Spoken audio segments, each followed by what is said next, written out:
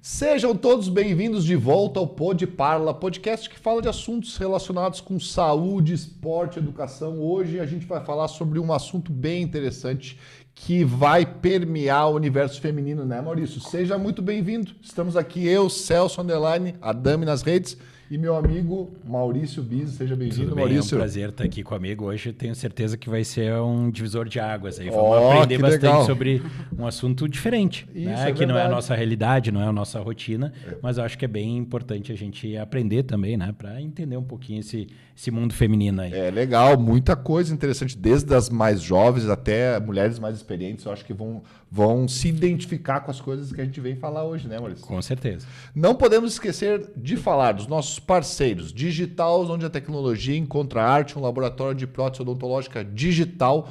Você que pensa no futuro, que pensa em trabalhar com odontologia de uma outra forma, pensando em tecnologia, pensando em uma forma bem simples de poder trabalhar, de ser previsível, fale com o pessoal lá da Digitaus, né, Maurício? Isso, com agilidade, entregando para todo o Brasil. É isso aí. Além disso, SCAL, na vanguarda da educação odontológica, uma escola de pós-graduação em odontologia. Você é dentista, estudante de odontologia, técnico em prótese, tenho certeza que vai ter um curso especialmente para você, para quem quer aprender, evoluir, crescer. Tá aí SCAL, né, Maurício? Isso, tem vários cursos, né? Ainda tem cursos ainda rodando ainda esse ano, mas já temos a grade do ano que vem. Então, se você tem interesse, busca ali nas redes o melhor curso e conversa com o pessoal. É isso aí, né, Maurício? Mas vamos lá apresentar a nossa convidada de hoje, doutora Daiane Manzato. Seja muito bem-vinda. A gente está muito feliz mesmo em falar sobre esse assunto que para nós não é muito, né? A gente não entende muito, né, Maurício? Por ser homens, por a gente não entender esse universo feminino e trazer uma ginecologista, né, de formação que faz, então, coisas diferentes. A gente quer aprender. Seja muito bem-vinda. A gente está muito feliz por poder falar hoje e aprender um pouco contigo. Queridos, o prazer é todo meu. Falar sobre saúde da mulher é sempre muito interessante e para além de sexo masculino ou feminino, sim, vocês vão se encontrar em alguns exemplos que eu vou dar de esposa, de mãe, de alguém, porque quando a gente fala na minha área de atuação mais específica, eu sou formada em ginecologia, mas hoje eu atuo basicamente com menopausa, terapia de reposição hormonal e a questão de estética íntima. E quando a gente pensa em menopausa, a gente está falando de um batalhão de mulher para ali, né? E lá, antigamente, a gente ficava com aquela sensação de que menopausa é coisa de mulher velha. E hoje a gente tem visto, assim, a mulher no auge da sua vida profissional e pessoal, lá com 45, 50 anos, bem no momento que a gente teria essa dita menopausa e o fim da mulher, o início da vida senil, né? Então, são conceitos que a gente tem elaborados, que a gente vai se reinventando e tem muita coisa para fazer a respeito disso. É isso aí. Eu quero falar sobre isso depois, né, Maurício? Acho que a gente vai começar a doutora se apresentando, né? Isso, né? Mas eu quero saber disso, sim. Eu acho que a gente vê se tem alguma coisa. Por que as mulheres estão entrando tão cedo na menopausa? Mas vamos conversar um pouquinho mais sobre isso. Isso, Daiane, conta um pouquinho da tua história, do porquê da medicina e quem sabe porquê da ginecologia e dentro da ginecologia, por que tu escolheste essa área de atuação? É interessante, né, Maurício? Quando a gente fica fazendo um momento assim de retorno e pensando como é que as coisas começaram, porque passa voando. E quando a gente para pensar, eu, na verdade, não caí de acidente na medicina. Eu sempre fui médica nata. Lá, aquela criancinha, eu até brinco com meu pai que ele devia me achar um pouco diferente. Eu era uma criança ali com 7, 8 anos, meus bichinhos de estimação morriam, em vez de eu me enterrar, fazer um velório, ficar chocada, eu ia lá, abria o bicho, olhava o que tinha não dentro dá do muita bicho, ideia, né, hoje em dia. separava o que tinha, botava nos potinhos e montava lá minha clínica, meu consultório, e assim eu ia imaginando o que seria de mim no futuro, né? Então a medicina sempre esteve dentro de mim e eu nunca pensei, não consigo me encaixar numa outra profissão. Depois, a ginecologia já foi uma questão mais tarde, lá dentro da faculdade. Eu enxerguei que eu conseguia lidar com mulheres melhor e eu vi que eu estava mais feliz trabalhando com mulheres do que meninos. Desculpem, meninos, mas é isso, né? Eu sempre achei mais fácil cuidar de mulheres. E a questão da gineco ser uma especialidade clínica e cirúrgica também foi um divisor de águas. Né? Quando passei ali na cirurgia geral, pensei, não é para mim só isso. Eu adoro estar no bloco cirúrgico, adoro estar abrindo barrigas, mas não é só sobre isso, né? A parte da clínica, da prevenção e do cuidado, eu também queria. Então, uma especialidade que une as 3 coisas que eu mais gostava: clínica, cirurgia e mulheres. Aí que nasceu a questão da ginecologia. A gente começa... Para as pessoas entenderem, né? Eu sempre vejo a ginecologia e a obstetrícia, né? São 2 especialidades dentro de uma especialidade, né? Exatamente. Então, explica um pouquinho para nós a diferença das 2 coisas e para que lado mais que tu trabalha, né? A gente vê que tem ginecologistas, que a gente fala, né? Então, e obstetras, que trabalham mais com uma área, que trabalham mais com outra, e com o tempo, às vezes, pode ir mudando até, ou essas subespecialidades que a gente tem ali. Mas explica um pouquinho qual é a diferença das 2 para a gente começar a entender. O que acontece? Quando a gente entra numa residência médica, de fato, ela é bem dividida. Metade dela do currículo é obstétrico e metade é ginecológico. Então, na verdade, a ginecologia é a medicina da mulher. Não tem como desvincular isso. Não é só a mama, não são só os ovários e só o útero, né? Mas é a mulher como um todo. E daí, quando a mulher engravida, a gente entra nessa questão de obstetrícia, né? Então, a mulher grávida vai ficar acompanhada do médico obstetra nas consultas ainda antes, então projetando e tentando organizar uma futura gestação para trabalhando o terreno biológico da mulher para uma gestação ser o mais tranquila possível, todo o acompanhamento da gestação, o parto e o pós-parto, que é o puerpério. Isso é obstetrícia. A ginecologia é todo o resto da vida da mulher. Todo o resto, né? Puberdade, vida adulta e a questão da maturidade também, né? Então, a ginecologia é muito mais ampla.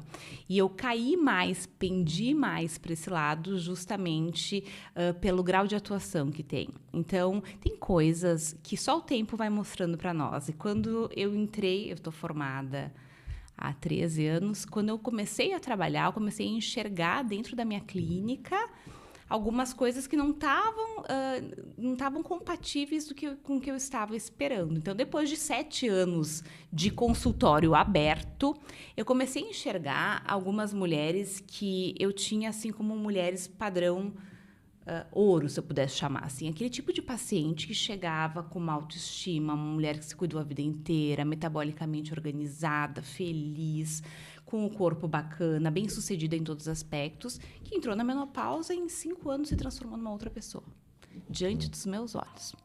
Então, eu comecei a entender que tinha alguma coisa que estava faltando dentro da minha prática de clínica médica, que eu não tinha aprendido dentro da minha residência.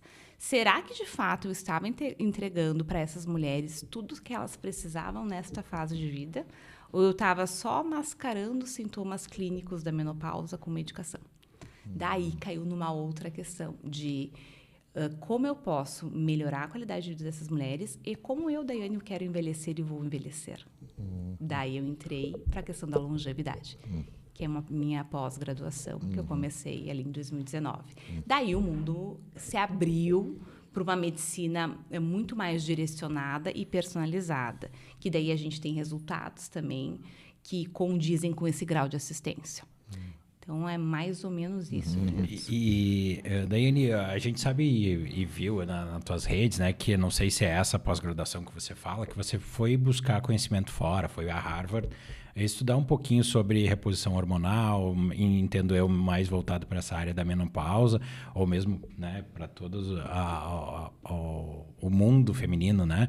E eu queria que tu falasse um pouquinho da experiência, o que o pessoal tem feito por lá e como que você vê a atuação do pessoal lá no exterior e como é a atuação aqui hoje e o que mudou essa tua viagem na prática para atender as clientes, né, que vão lá te procurar. Isso.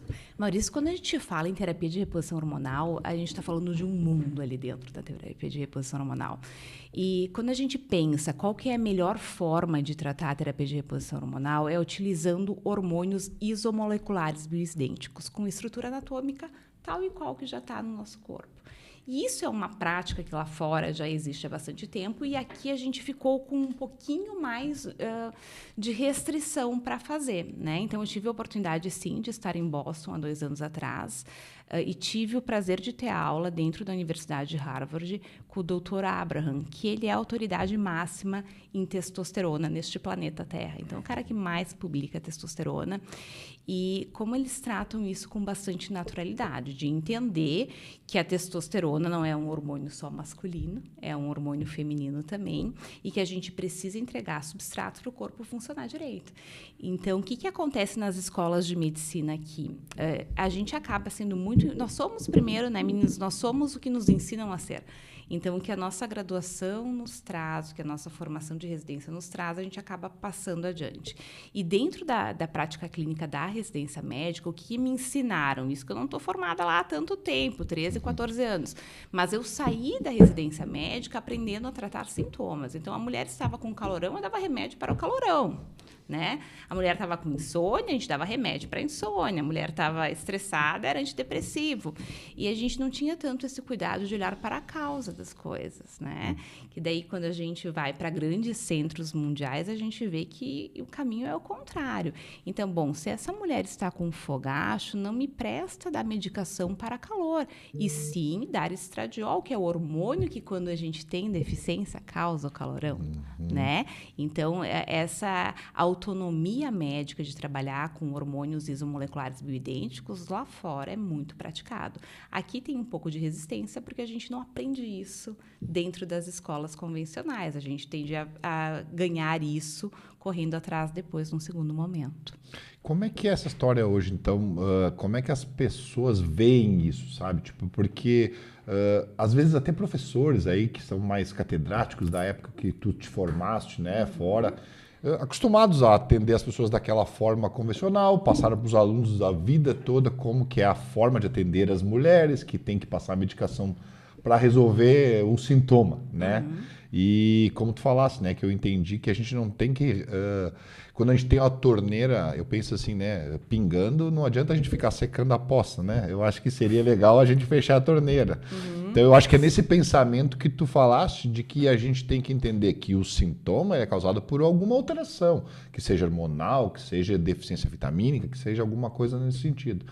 E como que essa mudança vem acontecendo, né? Porque hoje a gente tem que brigar, às vezes, com o sistema, né? Ou tentar trazer evidências, ou enfim, como é que as pessoas, então, que são um pouco mais modernas, mais jovens, abordam isso para que a gente não caia, às vezes, num lugar ruim, né? Porque daqui a pouco a gente começa a falar assim, não, peraí, mas as pessoas que não vão dar hormônio para todo mundo, ou enfim, e a gente está nessa questão de hoje que as pessoas estão usando, às vezes, hormônios de uma forma exagerada para outros fins, né? Como é que tu trata isso? Porque eu acho interessante a gente levantar a questão e até desmistificar o uso, né? Então, como é que trata isso e como é que a gente vê essa questão do meio médico que é, às vezes, um pouco contra isso? Tu colocou assuntos e pontos bem importantes, porque é um ponto cheio de tabus, de fato. Então, a gente sempre tem alguém na família que está dizendo, meu Deus, hormônio, isso aí vai dar câncer, não vai fazer isso contigo, né?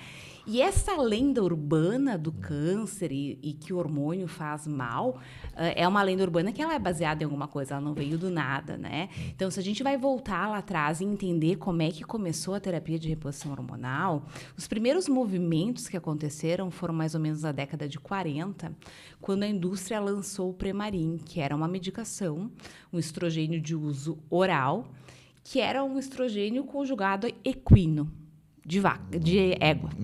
Então, eles tiravam este hormônio da urina de éguas prenhas e começaram a utilizar isso para as mulheres. E lá foi tão fenomenal isso que lá nessa época as mulheres não vão mais envelhecer do jeito que estão envelhecendo, porque agora a gente já descobriu como é que se trata isso, a gente entrega de volta o que o ovário parou de fazer. E foi muito bem, realmente começou assim, as mulheres começaram a evoluir muito bem, diminuindo o risco cardiovascular e elas foram indo bem, tirando a questão do fogacho, dos sintomas clínicos. Depois de um tempo foi questionado, peraí, nós estamos usando hormônio e chegou um momento que 40% da população norte-americana estava fazendo uso desse tipo de medicação para terapia de reposição hormonal. Então, as sociedades científicas começaram a questionar. Poxa, tá tanta gente utilizando isso aí. Será que a gente não vai ter nenhum efeito colateral a longo prazo? O que justificou o início de um estudo imenso, chamado WHI, que foi um estudo gigante, com 160 mil mulheres, né? E dentro desse estudo, lá no final do estudo, foi visto que aumentava de fato um pouco a chance de câncer de mama. Daí, em 2020, 2002, por aí, foi um horror, assim. Todo mundo que usava hormônio, parem de usar. Parem que isso aí dá câncer. 10 anos depois, foi revisto uma quantidade grande de vieses que esse estudo teve. Então, eram mulheres com mais idade, mulheres que, na época, década ali de 40, 50, 60, mais do que metade das mulheres do estudo eram tabagistas e obesas. Então, a gente juntou tudo que câncer gosta, né? Obesidade e tabagismo. Então, ficou um estudo muito torto. E daí, a partir dali, 2010, 2012, todo o planeta Terra revogou isso aí. Não, isso aí não funcionou. Esse estudo está baseado em vieses importantes. A gente não vai levar em consideração isso. Só que vocês imaginem só a latência de formação médica que isso deu. Então, quando tu estava lá dentro da faculdade, disseram para ti, não usa hormônio, trate os sintomas, né? Só que hoje a gente trabalha com um tipo de carga hormonal completamente diferente daquele que era usado. A gente não usa hormônio de égua em mulher hoje, a gente usa hormônios molecular bioidêntico, né? E mesmo se nós fôssemos levar em consideração aqueles primeiros movimentos da indústria farmacêutica para a complementação hormonal, mesmo sendo hormônio de égua, ia ser melhor do que não usar. Porque a mulher morre 20 vezes antes de um acidente cardiovascular, por exemplo, daqui a pouco do que um câncer de mama. Então, toda a lenda urbana tem um porquê. Mas na hora que a gente desmascara isso, ficou a cicatriz para sempre. Então, vai passar gerações e gerações com essa marca de associar, infelizmente, terapia de reposição hormonal com câncer. E isso é uma loucura coletiva, porque se nós fôssemos pensar uma mulher jovem que está encharcada de hormônio, uma mulher grávida que está encharcada de hormônio, ou a mulher na menopausa que já está há 10 a 20 anos sem hormônio, quem que tem câncer de mama? É a mulher que está sem hormônio, né? Se o hormônio desse câncer, quem ia ter câncer é quem está encharcado de hormônio, não quem não tem mais. E não tem a ver com idade isso também? Daqui a pouco é outro viés nesse sentido? Lógico. Celso, imagina o seguinte, se o câncer fosse resultado de um fator só, ninguém mais morria de câncer. É multifatorial, claro que sim. Né? E clinicamente, tem algum sinal que a gente pode deixar como uma dica? Observa esses sinais que podem identificar alguma variação hormonal que precisa fazer essa reposição? Ou todas as mulheres que entrarem na menopausa vão necessitar desse estímulo, até, né? Ou antes, né? Existe algum sinal que é marcador? Ou, claro, fazem a consulta regular, faz a abordagem ali, o exame, identifica que está em deficiência, certamente, imagino eu, que é um preditor para a indicação né? Mas existe algum sinal clínico específico? O que acontece? A menopausa, propriamente dita, é uma data comemorativa. Eu brinco de comemorativa, não tem muito, né? Mas é uma data comemorativa. Ficou um ano inteiro sem ciclo menstrual, parabéns, você está na menopausa. Mas a menopausa, se a gente fosse pensar nela, o que ela é? Ela é falência de uma glândula hormonal, que é o ovário. Muito antes do ovário se aposentar completamente, não trabalhar mais, ele vai começar, isso não vai acontecer do dia para o outro, ele vai começar a mostrar fraquezas. Então, às vezes, 10 anos antes, a gente já tem indicação de começar terapia de reposição hormonal. Quando é que eu penso que uma paciente é candidata à terapia de reposição hormonal? Quando houver clínica. Então, neste momento de transição, que a gente tem cargas hormonais menores, mas a gente não está na ausência de cargas hormonais, a gente vai mais pela clínica da mulher. Então, a mulher começou... Uma coisa que acontece de uma forma muito precoce, chama predominância estrogênica, que o ovário lança lá um batalhão de estradiol e pouca progesterona. Nesse momento, a mulher começa a ficar irritada, ela começa a ficar com insônia, ela começa a ficar com um padrão menstrual de menometrorragia, um sangramento uterino normal. Então, essa mulher já é digna de começar a utilizar a terapia de reposição hormonal. E isso impacta tanto na qualidade de vida das mulheres que a sensação da predominância estrogênica é como se a mulher tivesse uma tensão pré-menstrual constante. Então, a gente brinca, a mulher não fica chata, ela está em desequilíbrio hormonal.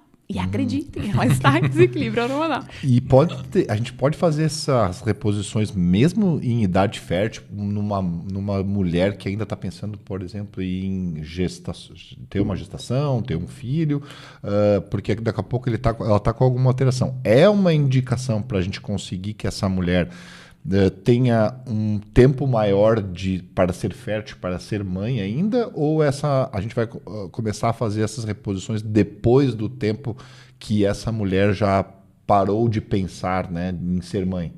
Sabe que a natureza é meio injusta com nós, as meninas, né? A gente já nasce com todos os nossos óvulos e começa a perder ainda dentro da barriga das nossas mães, né? Diferente de vocês que estão ali produzindo espermatozoides. Então, o que acontece? Quando a gente está em declínio hormonal, muito antes a gente já parou de ovular. Então, a mulher está em declínio ovariano, ela já parou de ovular muito antes. Então, quando ela começa a ter esses sintomas clínicos, ela já não tem mais capacidade de engravidar por um filho biológico, né? Agora, uma ovodoação é uma outra coisa, né? Não combina, terapia de reposição hormonal não combina com quem está tentando engravidar, porque primeiro que se ela está tentando engravidar e ela tem óvulos com qualidade ainda, ela não está nessa questão, neste momento de vida de reposição hormonal. Então, porque o meu pensamento era que, então, vai acontecer no momento que ela já está num declínio, vai chegando numa idade, mas não é numa idade, né? Isso aí independe às vezes, né? Biológica, não. Então, número, né? Eu acho que toda essa questão hormonal, ela vai ser relacionada com ela poder gestar ou não, né? Porque se ela não tem os seus hormônios muito bem regulados, eu acho que ela já não consegue mais, como a gente falar, independente de idade, né? Eu queria entender era isso. Então, porque isso aí são tempos rápidos, né? Quando a gente passou hoje as mulheres, elas não gestam mais com 15 anos até seus 25, né? As mulheres, elas demoram um pouco mais para poder ter filhos hoje. Então, as mulheres hoje, elas acabam, né, muitas delas, né? Dos 25, dos 30 a 35, e quando vê, estão com 40, 45 anos ainda tendo filhos. E nós já estamos próximo dessa etapa onde elas já estão com a sua questão hormonal já desestabilizando, né? Então, eu estou pensando nessa etapa. A gente está muito próximo hoje em dia dessa questão, né? Super desafiador isso, super. Porque a mulher quer fazer tudo. Ela quer fazer a formação dela, ela quer deixar a carreira dela organizada para depois gestar. E, por vezes, a gente perde o time biológico disso. Chega a dar uma palpitação na médica quando a pessoa com 40 anos dá uma respirada e diz, eu tô pensando em engravidar o ano que vem. Não! Vamos alinhar expectativas. Assim, a ideia é um filho biológico teu com a tua carga genética. Bom, vamos no mínimo fazer uma reserva ovariana, congela isso aí, depois tu é digna de se reinventar quantas vezes for necessário. E daí sim, tá lá o óvulo congelado, tu pode se reinventar mais tarde, né? Mas tu tinha abordado antes um tema muito interessante, assim, como a gente tem visto esse declínio hormonal ser de forma mais precoce. E isso é uma coisa assustadora que pouca gente fala, né? E não tem como não vincular isso com a questão de contaminação ambiental, né? É muito agrotóxico, é metal pesado, são xenobióticos. Quando tu vê, as nossas glândulas acabam se intoxicando e se enfraquecendo muito antes do que nós gostaríamos que isso acontecesse. Para além que hoje a gente já aprendeu a viver mais tempo, né? Biologicamente, vamos lá, né? A gente já ia ter morrido de uma apendicite, correndo do leão lá no tempo da caverna. Algum desastre ia ter acontecido, tu não ia chegar à longevidade. Bom, a medicina já nos ajudou a envelhecer, mas a gente está no momento dela que a gente tem que envelhecer com qualidade. E daí que vai separar essa questão, pensando em medicina anti-aging, em longevidade. Bom, quem fizer terapia de reposição hormonal vai envelhecer de uma forma muito menos intensa, biologicamente falando, né? A gente passa muito tempo em declínio hormonal. Vocês nem tanto, aí mais uma coisa esquisita da natureza, né? A gente entra em falência ovariana ali em torno de 50 anos e vocês chegam na andropausa, mas às vezes em torno de 70. Então, biologicamente, a gente acaba se separando hormonalmente de vocês em 20 anos. Então, a mulher não fica mais velha, mais feia, mais gorda, com mais celulite antes do homem. É que ela entrou em falência ovariana. Lembra aquela história do velho chato? O velho ficou chato? Ele ficou na andropausa, muito provavelmente. E é sobre Eu tenho uns amigos aí que já estão mais precoces. Tá quase nos 70, mas com 40, com 30. Né? Tem que olhar, entendeu? Então, a gente tem esses descompassos, assim, de estarmos menopausando antes. Eu tenho uma série de mulheres com 40 e poucos anos já em menopausa. Isso são causas ambientais, a gente imagina isso. Será que a gente vai ficando, por exemplo, a gente vive mais, né, hoje em dia, é por isso que a gente vê mais gente entrando na menopausa, mas não. Tu imaginas que a gente tenha fatores da nossa alimentação, fatores ambientais que fazem isso hoje? As duas coisas, né? Certamente que sim. A gente, infelizmente, a gente não consegue se colocar numa bolha, né? Mas é muita contaminação. A gente sofre contaminação de todos os lados. E a gente se encharca de medicação também desde sempre, né? Não pensa que isso não vai atrapalhar o funcionamento das nossas glândulas endócrinas. Certamente que sim, em graus diferentes, em situações diferentes, né? Mas certamente que sim. E falando um pouquinho da saúde sexual e, de repente, a manutenção de libido, o hormônio, ele atua nesse momento também, mantendo, de repente, um pouquinho mais o interesse, chegando perto dessa parte da menopausa? Muito lindamente, melhora lindamente isso, né? Porque quando a gente fala na libido, que também é uma questão multifatorial, né? Mas do ponto de vista fisiológico, vocês imaginem o seguinte, a mulher com baixa dosagem de estradiol, a mucosa da vagina vai perder qualidades importantíssimas de elasticidade, de secreção e de proteção. Então, começa uma secura vaginal. Tu pensa que não é sempre que a mulher está super estimulada para o início da relação sexual. Até porque os homens estão sempre muito mais preparados do que nós para isso. É um funcionamento fisiológico diferente, né? Então, já começa com essa questão do desconforto no ato sexual. Para além da questão da testosterona também, que é muito real. Sem testosterona, tu não vai conseguir ter libido. Né?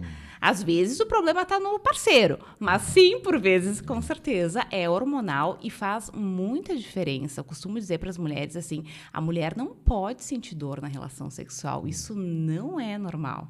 Né? Estou com meu parceiro, sei lá há quanto tempo, e passei a ter dor e agora não consigo mais ter relação. Isso é digno de ser tratado.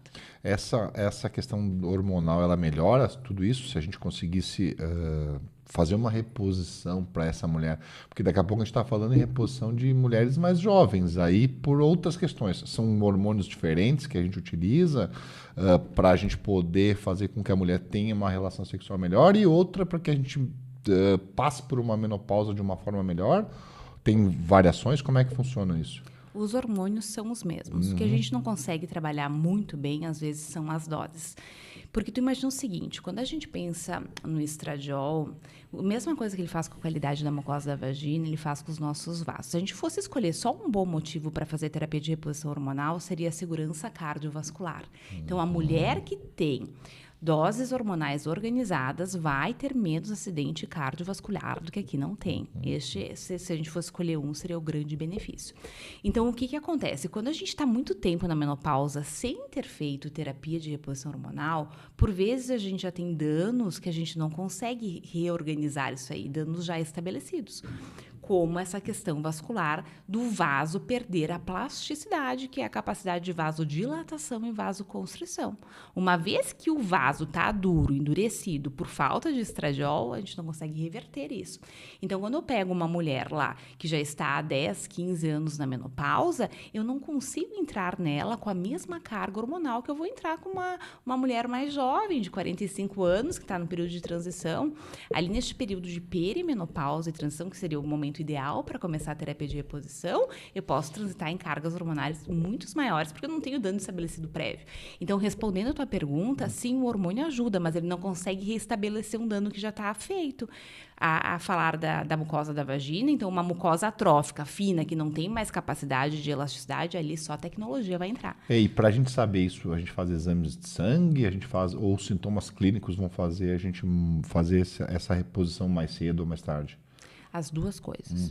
Então, na consulta clínica, às vezes tu enxerga clinicamente que a mulher está com fissura, está com a mucosa machucada, e para tratar isso a gente tem que lançar a tecnologia, que daí a tecnologia sim tem a capacidade de restaurar uma mucosa, um dano já estabelecido, recuperar, né? E depois o hormônio para manter. Então, primeiro a gente pega a clínica, confirma isso com os exames laboratoriais, hora de fato a gente tem margem, né? Às vezes a gente faz tanto da mesma coisa, e vocês devem saber disso na profissão de vocês também, que a gente pede só para documentar, tu já sabe até o que vai vir, né? Eu consigo dizer, tu é predominância estrogênica, vai vir deficiência disso e aquilo, a gente pede mais ou menos para me guiar na quantidade de hormônio que eu vou entregar de volta. O que eu vou fazer, eu já sei, eu só não sei a quantidade do que eu vou fazer. E quando você fala de tecnologia, você está falando de alguma abordagem diferenciada? Tem algum equipamento, alguma conduta? Porque tecnologia, né? O que seria essa parte da tecnologia voltada para esse benefício que você consegue entregar? Hoje, para a gente trabalhar a qualidade do mucosa vaginal, o que a gente tem de melhor é a questão do laser vaginal mesmo, né? Tem o Frax também, que é um microagulhamento, que a gente faz um microagulhamento e lança a tecnologia lá embaixo, e o laser fracionado, o laser de CO2 que a gente consegue restaurar.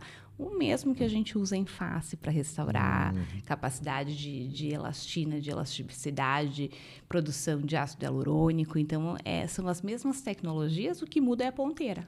Mas são os mesmos equipamentos. E ele é indicado somente para essa questão de menopausa ou tem algumas outras indicações? Tem outras. Incontinência urinária.